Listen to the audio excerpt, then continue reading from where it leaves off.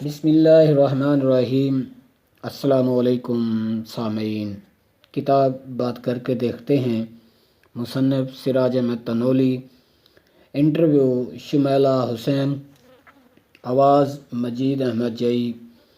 یہ انٹرویو مجید احمد جئی audio library کے تعاون سے آپ سماعت فرما رہے ہیں۔ دنیا بھر میں 8 مارچ کو خواتین کا عالمی دن منایا جاتا ہے۔ یہ دن منانے کی وجہ خواتین کے حقوق کو اجاگر کرنا ہے۔ اسی سلسلے میں آج ہمارے ساتھ شمیلہ حسین صاحبہ ہیں، جن سے ہم آج کے دن کے حوالے سے خصوصی گفتگو کریں گے۔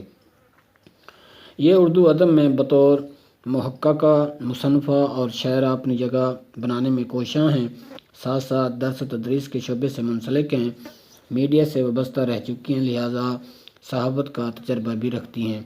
ان کی نمایاں جہت ان کی شاعری ہے، اور اپنی شاعری میں وہ خواتین کے مسائل اور جذبات و احساسات کو پیش کرتی ہیں۔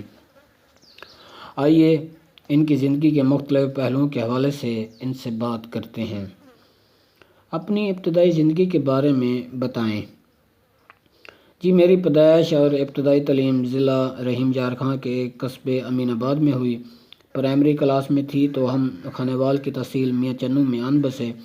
یہاں میرا ڈڈیال تھا، لہذا تب سے لے کر آج تک میاں چنوں میں مقیم ہیں۔ ہم 6 بہن بھائی ہیں، 5 بہنیں اور 1 بھائی۔ میں سب سے درمیان میں تھی۔ لوگ کہتے ہیں کہ درمیان والا بچہ نظر انداز ہو جاتا ہے، لیکن میں خوش قسمت تھی کہ مجھے شروع دن سے ہی ساری فیملی کی محبت اور توجہ حاصل رہی۔ اپنے نانا ابو سے بہت نزدیک تھی۔ وہ سکول ٹیچر تھے اور انہیں شوق تھا کہ ان کے نواسے نواسیاں بہت زیادہ پڑھے لکھے ہوں۔ ان سے محبت تھی، یا بڑے بہن بھائیوں کا روز سکول جانے کی وجہ سے گھر میں روب ہونا تھا۔ مجھے بھی قبل از وقت سکول جانے کا شوق ہو گیا۔ میرے نانا ابو نے میرے شوق کو دیکھتے ہوئے بہت چھوٹی عمر میں ہی مجھے گھر میں پڑھانا شروع کر دیا تھا۔ اس کا فائدہ یہ ہوا کہ جب سکول گئی تو سیدھے 2 کلاسز کا امتحان پاس کر کے دوسری جماعت میں داخلہ مل گیا۔ جب سے ہوش سنبھالا میں نے کتاب اور قلم سے دوستی کر لی، جو آج تک نبھ رہی ہے۔ بچپن سے آزاد رو تھی، گھر سے بھی بہت کم روک ٹوک رہی، اس لیے اپنے قصبے کے بچیوں کے ساتھ سڑکوں اور تھڑوں پر کھیلتی تھی۔ جب کبھی نانی اماں آئی ہوئی ہوتی تھیں تو وہ مجھے ڈھونڈ کر لاتی اور لا کر گھر میں موجود درخت کے ساتھ باندھ دیتی۔ میں تھوڑی دیر چپکی رہتی تھی، جیسے ہی وہ کہیں مصروف ہوتی میں اپنی ساری بندشیں توڑ کر پھر بھاگ جاتی تھی۔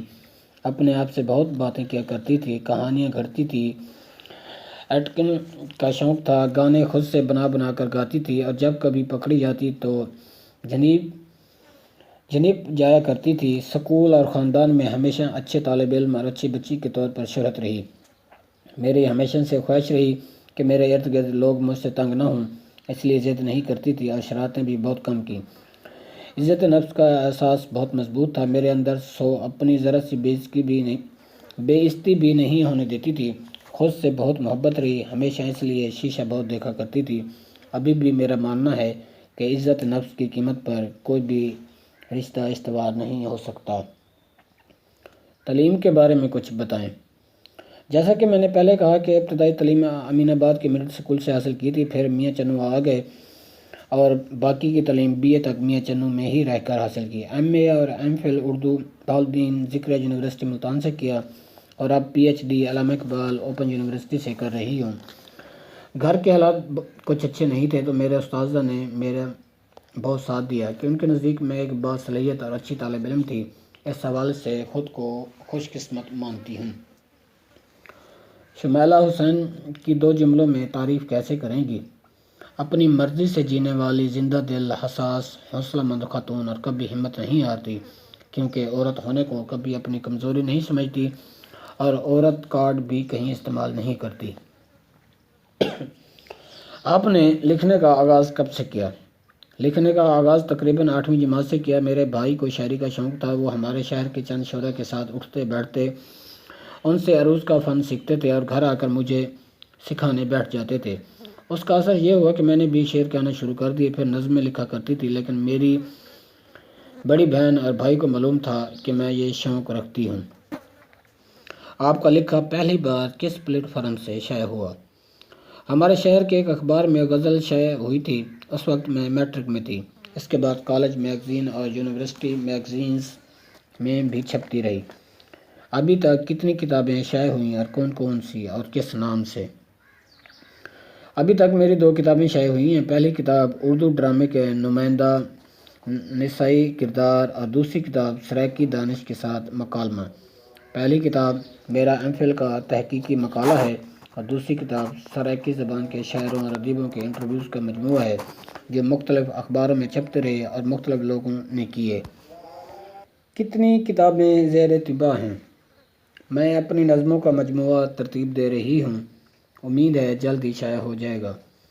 آپ ایک عورت ہو کر ادبی حوالے سے اتنا کام کر رہی ہیں اور اس میں کامیابی اور شہرت بھی حاصل کر رہی ہے، کیا کبھی آپ کو مشکلات بھی پیش آئیں؟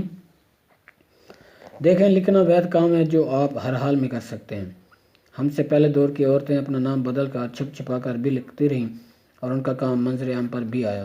لکھاری کسی بھی جنس سے ہو، یعنی مرد یا عورت، جب بھی اپنے روایتی سانچے سے باہر نکل کر لکھے گا اور بولے گا، اسے مشکل کا سامنا تو کرنا پڑے گا۔ بلکہ عورت ہونے کے ناطے ہمیں یہ فائدہ ہے کہ پولیس، تھانے، کچہریوں کے چکروں سے اکثر اوقات بچ جاتی ہیں۔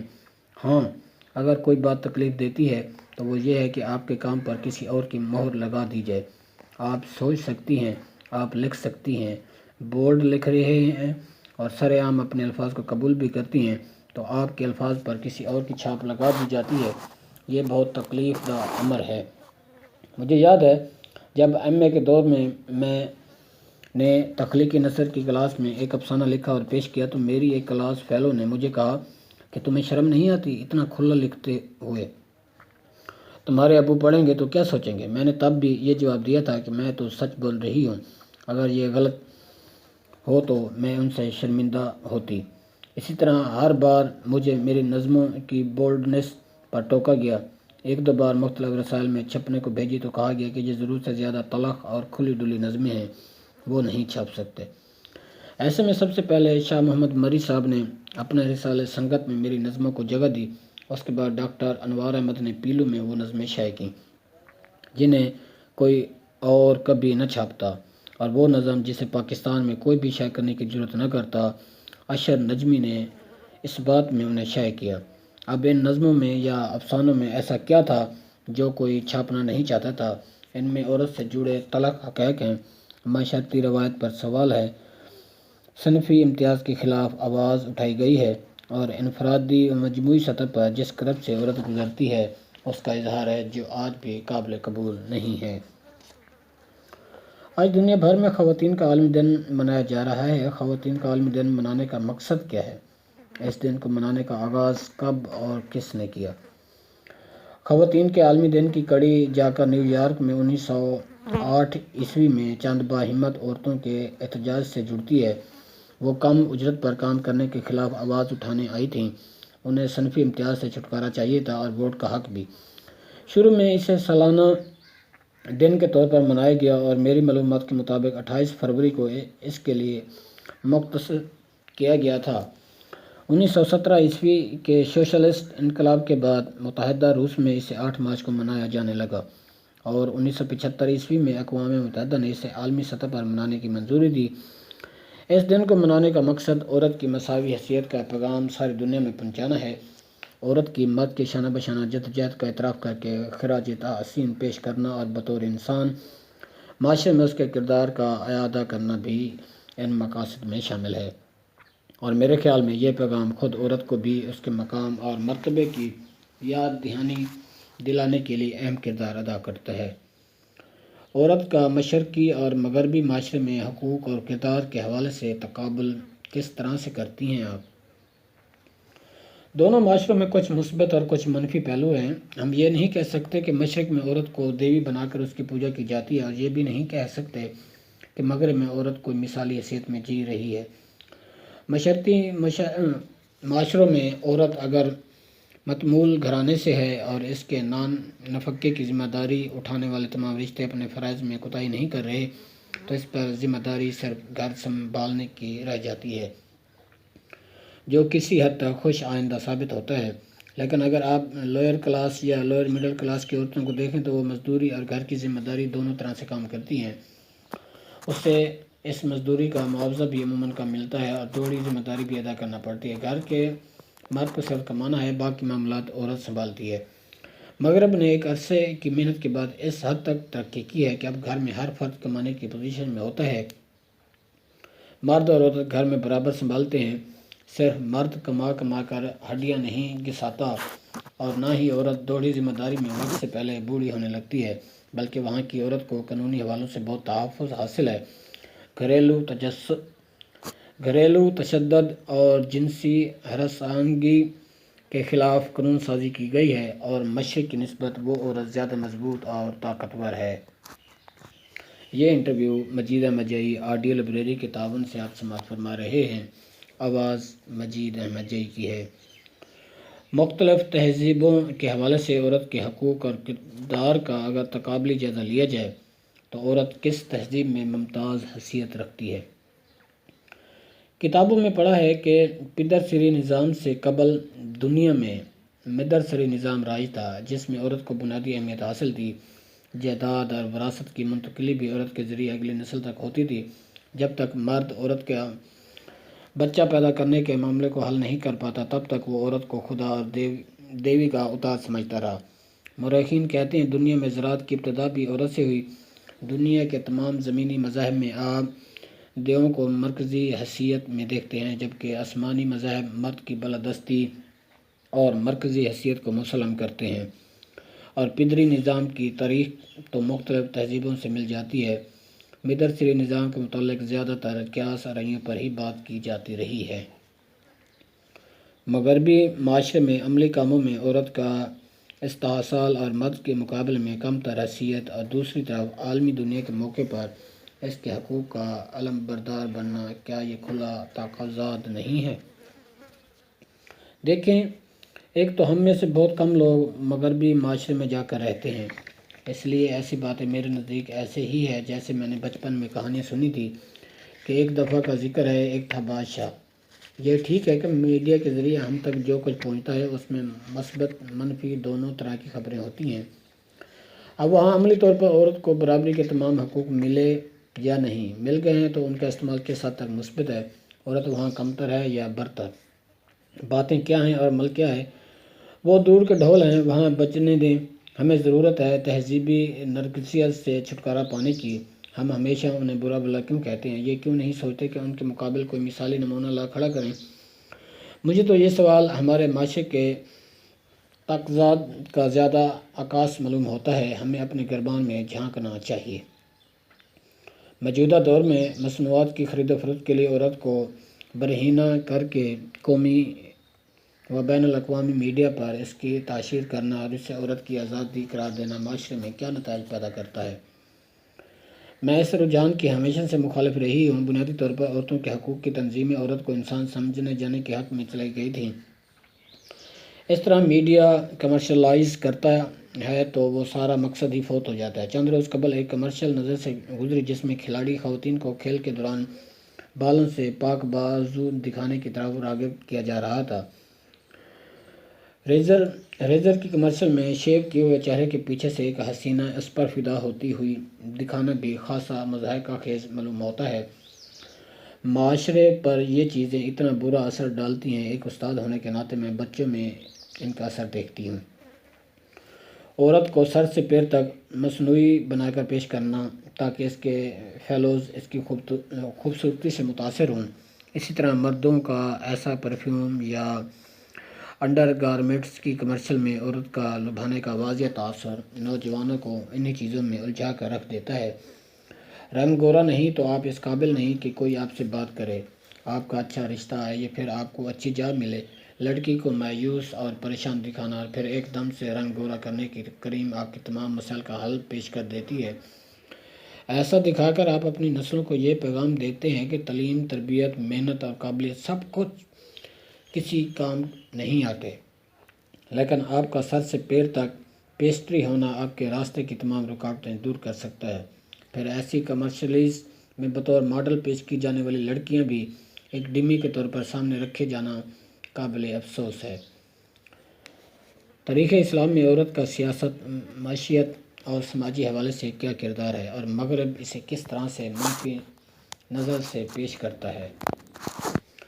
اسلام نے بڑا معتدل سا نظریہ پیش کیا تھا۔ عورت کے حقوق اور فرائض کو متوازن کرتے ہوئے اس کی وراثت کے معاملات، تعلیم و تربیت کی ذمہ داری اور سیاست و معیشت میں بھی اس کے کردار کے حوالے حدود و قیود کا تعین بھی کیا۔ ہوا یہ کہ اسلام کی تعلیمات کو وہاں سے زیادہ ہائی لائٹ کیا گیا جہاں عورت کو محدود کرنے کی بات کی گئی۔ ہمارے علماء نے بھی عورت کو چار دیواری میں بند کر کے رکھنے کی باتوں پر زیادہ توجہ کی، لیکن جہاں اس کے معاشی اور سماجی آزادی کی بات آئی اسے گول کر کے آگے بڑھ گئے۔ آپ کی کتابوں میں کتنی ہی اعلیٰ باتیں کیوں نہ درج ہوں، اگر عمل اس کے الٹ ہوگا تو دوسروں کو آپ پر انگلی اٹھانے کا موقع ملے گا، اور یہ موقع ہم بھرپور انداز میں ہر بار دیتے ہیں۔ آپ اردو ادب سے وابستہ ہیں، آپ سمجھتی ہیں کہ اردو ادب معاشرے میں خواتین کے حقوق کے حوالے اہم کردار ادا کر رہا ہے۔ جی بالکل، اردو ادب میں ترقی پسند تحریک کے زیر اثر جتنا ادب بھی تخلیق کیا گیا اس نے برصغیر کے لوگوں میں بہت شعور اجاگر کیا۔ ادب کا عورت کی تعلیم، معاشی خود مختاری اور سماجی طور پر اس کے کردار کو زیادہ مستحکم کرنے میں بہت اہم کردار رہا۔ اب بھی خواتین شاعرات اور ادیباؤں کی بہت بڑی تعداد خواتین کے احساسات و جذبات کی ترجمانی کر رہی ہے، خصوصاً وہ خواتین جو فیمنسٹ نظریے سے متعلق ہیں، جیسے کشور نہید اور فہیم داریاز۔ ان خواتین نے نہ صرف شاعری بلکہ نثر میں بھی جتنا ادب تخلیق کیا ہے، اس کے اثرات آپ اردو ادب کے قائرین پر واضح طور پر دیکھ سکتے ہیں۔ اس کی زندہ مثال میں خود ہوں۔ معاشرے کی ترقی میں کتاب کیا کردار ادا کرتی ہے؟ کتاب تو ترقی کی چابی ہے۔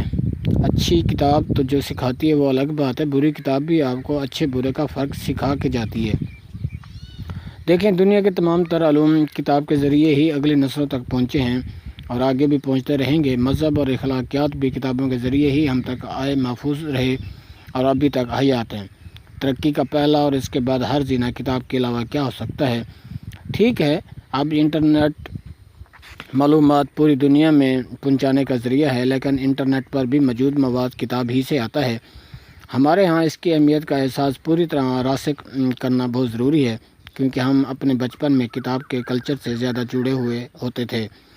اب میں بچوں کو دیکھتی ہوں، 100 میں سے شاید ہی کوئی ایک ہو جو نصابی کتب کے علاوہ کتب کے مطالعے کا شوق رکھتا ہو۔ ایک استاد ہونے کی حیثیت سے میری ہمیشہ کوشش رہتی ہے کہ بچیوں میں لائبریری جانے اور کتب پڑھنے کا رجحان پیدا کر سکوں تاکہ وہ اچھے انسان بن سکیں۔ ہماری سوسائٹی میں خواتین کو عام طور پر کس قسم کے مسائل کا سامنا کرنا پڑتا ہے؟ ہماری سوسائٹی میں عورت کو ہر مسئلے کا سامنا کرنا پڑتا ہے۔ سب سے بنیادی مسئلہ تو جنسی ہراسگی ہے۔ بچپن سے بڑھاپے تک وہ ہر قدم پر اس کا سامنا کرتی ہے۔ پھر معاشرتی روایات کی وجہ سے تعلیم کی راہ میں رکاوٹ، صحت کے مسائل اور جہالت کی وجہ سے ذہنی اور نفسیاتی مسائل کا ایک پورا باب ہے۔ پھر معاشی طور پر مستحکم نہ ہونے کی وجہ سے گھریلو تشدد اور دیگر معاشی و معاشرتی مسائل کا سامنا ایک الگ باعث ہے، اور اگر کوئی خاتون کمانے کی کوشش کرے تو اسے گھر سے باہر نکلنے کا خمیازہ بھگتنا پڑتا ہے۔ یعنی ہمارے یہاں اگر کوئی عورت کسی مقام پر پہنچ جاتی ہے تو آپ خود سمجھ لیں کہ اس نے مسائل کا ایک پورا سمندر عبور کیا ہے۔ اسی وجہ سے میں ہر اس خاتون کا دل سے احترام کرتی ہوں جو گھر سنبھالنے کے ساتھ ساتھ ملازمت یا مزدوری کرے، اور جو خواتین ملازمت یا مزدوری نہ بھی کریں، وہ چار دیواری میں رہتے ہوئے کسی دوسرے پر معاشی اور سماجی طور پر انحصار کرنے کی حیثیت سے گزرتی ہیں، وہ بھی میرے نزدیک نہایت ہی محترم ہیں۔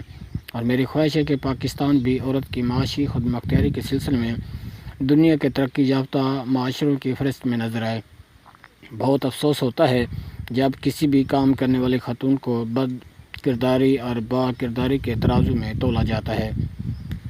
آپ نے بطور استانی خواتین کے کس قسم کے مسائل کو محسوس کیا؟ میں چونکہ ڈگری کالج میں پڑھاتی ہوں تو وہاں ساتھی ملازمین اور طالبات کے مسائل کا مطالعہ بھی میں بغور کرتی ہوں۔ کالج کے مسائل میں تو سب سے اہم بات ان کے گھر والوں کا ممدود معاون نہ ہونا ہے، دوسرا ان کی کمائی پر شوہر یا سسرال والوں کا اس قدر حق جمانا کہ خود انہیں اپنی کمائی کا روپیہ بھی اپنی مرضی سے خرچ کرنے کی اجازت نہیں ہوتی۔ یہ ہر کسی کے ساتھ نہیں ہوتا، لیکن جن کے ساتھ ہوتا ہے وہ شدید ذہنی اذیت سے گزرتی ہیں۔ طالبات میں سب سے اہم مسئلہ اس عمر کے تقاضوں اور خواہشات کو سمجھداری سے سمجھنا اور اس کے مطابق چلنا ہے۔ دوسرا مسئلہ جدید دور میں سوشل میڈیا اور الیکٹرانک میڈیا کی یلغار میں اپنے مقصد پر ڈٹے رہنا ہے۔ اب یہ بھی ہوتا ہے کہ طبقاتی تقسیم کی وجہ سے بچیاں الٹے سیدھے طریقوں سے اسٹیٹس اپ کرنے کی کوشش میں اپنا نقصان کر لیتی ہیں۔ ایسے میں مجھے لگتا ہے کہ ان کی باقاعدہ رہنمائی کرنے کی ضرورت ہے۔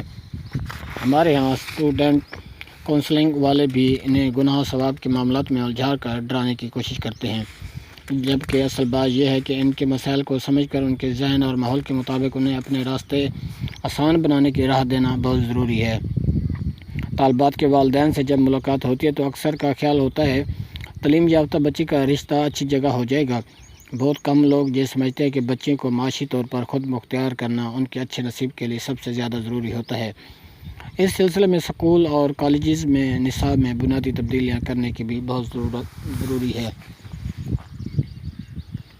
ایسا کچھ جو آپ کرنا چاہتی ہیں اور بطور خاتون نہیں کر سکتی؟ نہیں، قدرت مجھ پر بہت مہربان رہی ہے۔ شاید ہی کوئی مرد اس قدر بھرپور اور مکمل زندگی گزار سکے جیسی زندگی سے خدا نے مجھے نوازا ہے۔ گھریلو حالات کی ناسازی کے باوجود میں نے اپنی مرضی سے تعلیم حاصل کی۔ میڈیا میں کام کرنے کا شوق تھا تو بطور اینکر ٹیلی ویژن پر کام بھی کیا۔ لکھنے لکھانے کا شوق ہوا تو کبھی گھر سے یا باہر سے کسی طرح کی روک ٹوک نہیں کی گئی۔ خاندان میں جہاں لڑکیوں کی تعلیم کو اچھا خیال نہیں کیا جاتا تھا، میری ایجوکیشن اور ملازمت کے بعد سب اپنی بچیوں کو ایجوکیشن دلوانے کی طرف آئے۔ مجھے خوشی ہوتی ہے جب خاندان کی تمام بچیاں مجھ جیسا بننے کی خواہش کا اظہار کرتی ہیں، اور ان کے والدین بھی بہت عزت کرتے ہیں۔ حالات کو اپنے حق میں کرنے کے لیے ذرا وقت زیادہ لگا، لیکن ان نتائج سے میں مطمئن ہوں، اور اس میں میرے والدین اور اساتذہ کا میری زندگی میں بہت اہم کردار رہا ہے۔ حکومت پاکستان کی جانب سے خواتین کے حقوق کے لیے قومی سطح پر کیے گئے اقدامات سے آپ کس قدر مطمئن ہیں؟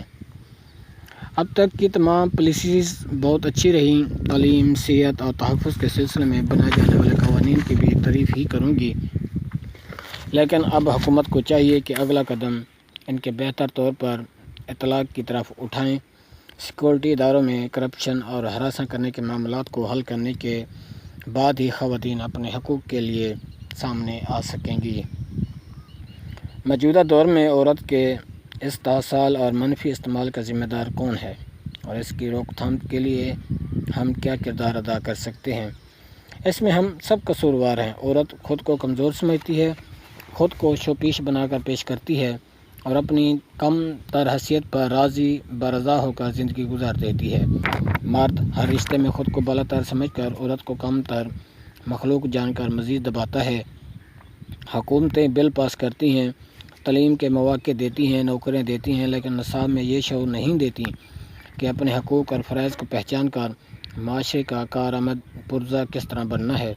مذہبی نمائندے مذہب کی غلط تشریحات کر کے بھوک کی صورت میں اپنی عورت کو ذبح کر کے کھا جانے کی حد تک فتوے دے دیتے ہیں۔ ہلکے پھلکے تشدد کی اجازت تو ابھی کی بات ہے۔ ہمارے مفکرین بھی عورت کی تعلیم اور معاشی خود مختاری کے متعلق ماضی قریب تک کچھ مثبت خیالات نہیں رکھتے تھے۔ ہمارا میڈیا، ہمارا کلچر اور ہماری تربیت سب عورت کے استحصال میں برابر کے شریک ہیں۔